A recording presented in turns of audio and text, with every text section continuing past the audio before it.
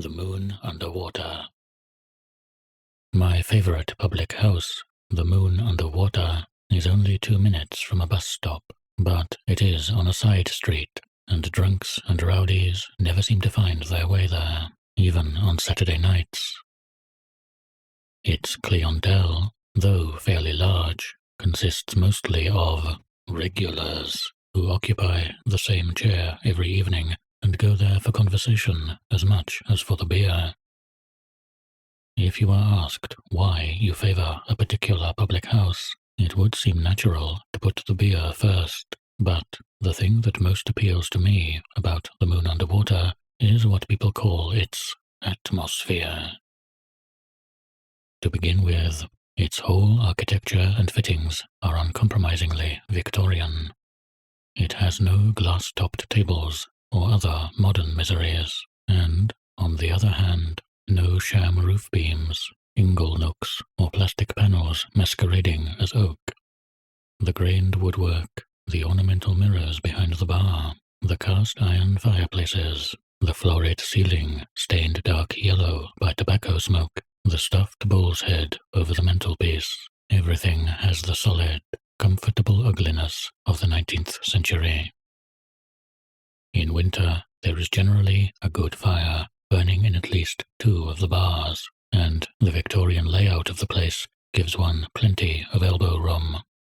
There are a public bar, a saloon bar, a ladies' bar, a bottle and jug for those who are too bashful to buy their supper beers publicly, and, upstairs, a dining room. Games are only played in the public, so that, in the other bars, you can walk about without constantly ducking to avoid flying darts. In the Moon Underwater, it is always quiet enough to talk. The house possesses neither a radio nor a piano, and even on Christmas Eve and such occasions, the singing that happens is of a decorous kind. The barmaids know most of their customers by name, and take a personal interest in everyone. They are all middle-aged women. 2 of them have their hair dyed in quite surprising shades, and they call everyone dear, irrespective of age or sex. Dear, not ducky. Pubs where the barmaid calls you ducky always have a disagreeable, raffish atmosphere. Unlike most pubs, the Moon Underwater sells tobacco as well as cigarettes, and it also sells aspirins and stamps, and is obliging about letting you use the telephone. You cannot get dinner at the Moon Underwater, but there is always the snack counter where you can get liver sausage sandwiches, mussels, a speciality of the house, cheese, pickles, and those large biscuits with caraway seeds in them which only seem to exist in public houses. Upstairs, 6 days a week, you can get a good, solid lunch. For example, a cut off the joint, 2 vegetables, and boiled jam roll, for about 3 shillings. The special pleasure of this lunch is that you can have draft stout with it. I doubt whether as many as 10% of London pubs serve draft stout, but the Moon Underwater is one of them. It is a soft, creamy sort of stout, and it goes better in a pewter pot. They are particular about their drinking vessels at the Moon Underwater, and never, for example, make the mistake of serving a pint of beer in a handleless glass. Apart from glass and pewter mugs, they have some of those pleasant strawberry pink china ones which are now seldom seen in London.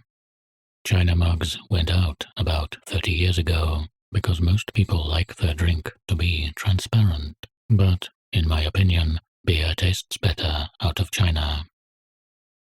The great surprise of the Moon Underwater is its garden. You go through a narrow passage leading out of the saloon and find yourself in a fairly large garden with plane trees, under which there are little green tables with iron chairs round them. Up at one end of the garden there are swings and a chute for the children. On summer evenings, there are family parties, and you sit under the plane trees, having beer or draft cider to the tune of delighted squeals from children going down the chute. The prams with the younger children are parked near the gate. Many as are the virtues of the moon under water, I think that the garden is its best feature, because it allows whole families to go there instead of Mum having to stay at home and mind the baby while Dad goes out alone. And though, strictly speaking, they are only allowed in the garden, the children tend to seep into the pub and even to fetch drinks for their parents. This, I believe, is against the law, but it is a law that deserves to be broken, for it is the puritanical nonsense of excluding children, and therefore, to some extent, women, from pubs that has turned these places into mere boozing shops instead of the family gathering places that they ought to be. The moon under water is my ideal of what a pub should be, at any rate, in the London area. The qualities one expects of a country pub are slightly different. But now is the time to reveal something which the discerning and disillusioned reader will probably have guessed already. There is no such place as the moon under water.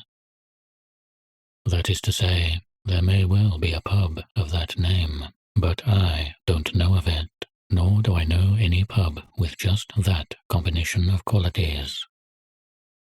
I know pubs where the beer is good, but you can't get meals, others where you can get meals, but which are noisy and crowded, and others which are quiet, but where the beer is generally sour.